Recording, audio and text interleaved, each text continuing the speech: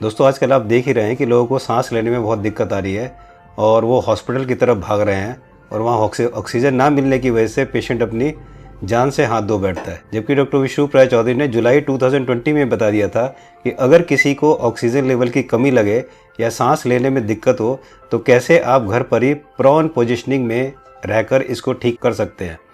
तो आइए दोस्तों जानते हैं डॉक्टर विष्णु राय चौधरी से कि क्या है ये प्रॉन पोजिशनिंग। एक इम्पॉर्टेंट बात, मान लो कोई पेशेंट है, वो पेशेंट को सांसें नहीं आ रही हैं। जब तो वो पेशेंट खड़ा है, जैसे मैं खड़ा हूँ, तो उसकी ब्रेथलेसनेस बढ़ेगी।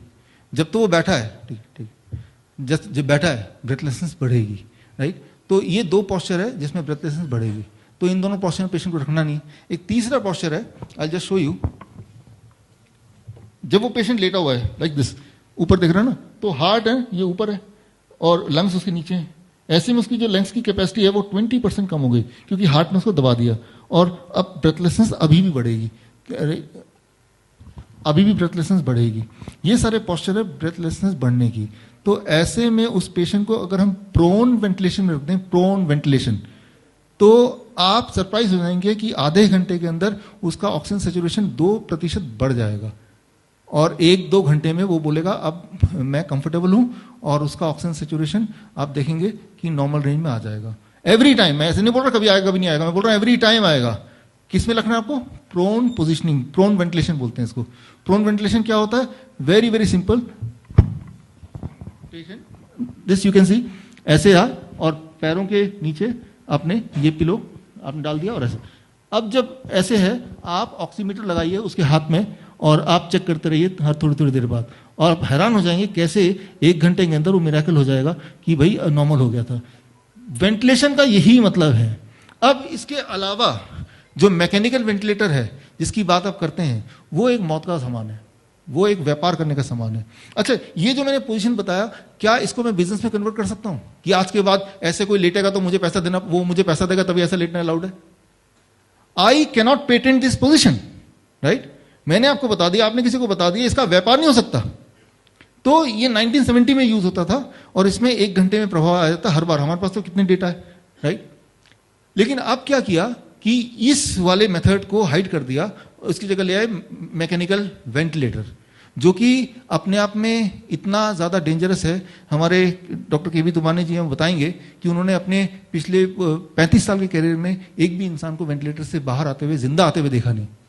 तो आपका कोई दुश्मन भी हो ना, तब भी उसको वेंटिलेटर के लिए ना बोलो, लेकिन प्रोन वेंटिलेशन के लिए उसको बोल सकते हैं। आपको 1 घंटे में रिजल्ट दिखेगा। अब क्या है कि जब वो लेटा है, he is very very comfortable 1 घंटे बाद, लेकिन जैसे ही वो उठेगा, ऐसे बैठ गया, तो दोबारा से उसका ऑक्सीजन सैचुरेशन पहले से भी ज्यादा डिप कर जाएगा। Getting the point? तो पहले तो आखिर में 75 तक आ रहा था, लेकिन अब एकदम डिप कर जाएगा, 70 पे आ जाएगा। तो मैं इसलिए बता रहा हूं ताकि आप एन मौके पे पैनिक ना हो, राइट। तो ऐसा होगा, तो इससे बचना है उसको, right. We have to protect कि ऐसा ना हो। वो सोचेगा मैं ठीक हो गया हूं, अच्छा मैं चलता हूं टॉयलेट जाएगा ना वो, और टॉयलेट जाते ही एकदम वो गिर पड़ेगा, या मैं बैठता हूं, या मुझे खाना है, या मुझे मैं ऐसे थक गया। बीमार इंसान ऐसे, या कोई भी इंसान ऐसे लंबे समय तक नहीं रह सकता। हर 1 घंटे में उसको 10 मिनट का ब्रेक चाहिए। इस पोजीशन पे आप लेट के देखिए, थोड़ी देर बाद आपको पेन करने लगेगा, राइट। तो ऐसे में क्या करना है कि उस पेशेंट को ब्रेक भी देना है, लेकिन ब्रेक देने के लिए उसको खड़ा करेंगे, उसको बिठाएंगे या उसका पोस्चर चेंज कर देंगे तो दोबारा ऑक्सीजन सैचुरेशन डिप हो जाएगा। तो ऐसे में वेरी वेरी सिंपल, एक चेयर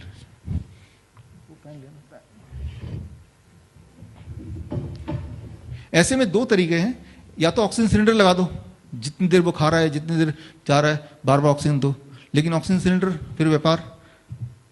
ये चाइनीज फैन 200 रुपए का आता है, इंडियन भी आता है, राइट। तो इस तरह का फैन लिया ऐसा, और उसको ऐसे लगाया करीब 6 इंच दूर, और उसको इस पोस्चर पे, ये जो पोस्चर है और ये फैन है, तो अब ऑक्सीजन सैचुरेशन उसका नीचे तो जाएगा, लेकिन बहुत धीरे धीरे जाएगा। एटलीस्ट खाना खाना है, पानी पीना है, तब तक रहेगा, राइट। तो ये पोस्चर है। खड़े होना उसको, तो ये झुक के, this is the posture, right. इस पोस्चर पे ऐसे प्रॉब्लम हो जाएगी, झुकेगा तो प्रॉब्लम।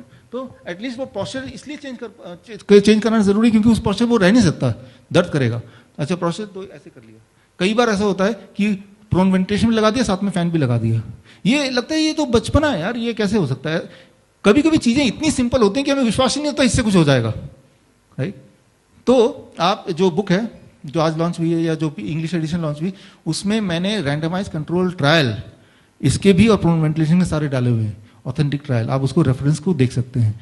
और उस ट्रायल में देखा गया कि रैंडमाइज कंट्रोल ट्रायल में कि आधे पेशेंट को ऑक्सीजन सिलेंडर लगाया गया और आधे पेशेंट को सिर्फ ये पंखे से दिया गया, स्ट्रीम ऑफ एयर। तो जिनको पंखे से दिया गया उनको उनमें इंप्रूवमेंट जल्दी पाई गई विदाउट एनी साइड इफेक्ट, क्योंकि आपका जो बॉडी है, आपका बॉडी ऑक्सीजन के लिए डिजाइन नहीं है। आप ऑक्सीजन ले रहे हैं या एयर ले रहे हैं? What you are breathing in, it is not oxygen. आपकी गाड़ी डीजल की है, डीजल खत्म हो गए, मैं बोलूं मैं जेट फ्यूल डाल देता हूं उसमें और बढ़िया तेल है, आप मानेंगे क्या? और महंगा है, नहीं मानेंगे ना, because your car is design for diesel, right? Your car is design for air, not oxygen. तो ऑक्सीजन क्यों दे रहे हो भाई आप सांस नहीं ले पा रहे हो, आपके बॉडी को ज्यादा एयर की जरूरत है, तो एयर दीजिए, आप गहरी गहरी सांसें लीजिए, डॉक्टर विविगल जी बताते हैं, और साथ में आप ये वाले पोजिशनिंग में बैठ जाइए या prone ventilation. Combination of these things is the only thing is the which can at least bring back the breath, right? सांसें वापस ला सकती हैं, लाती हैं, बड़ा आराम से लाती हैं।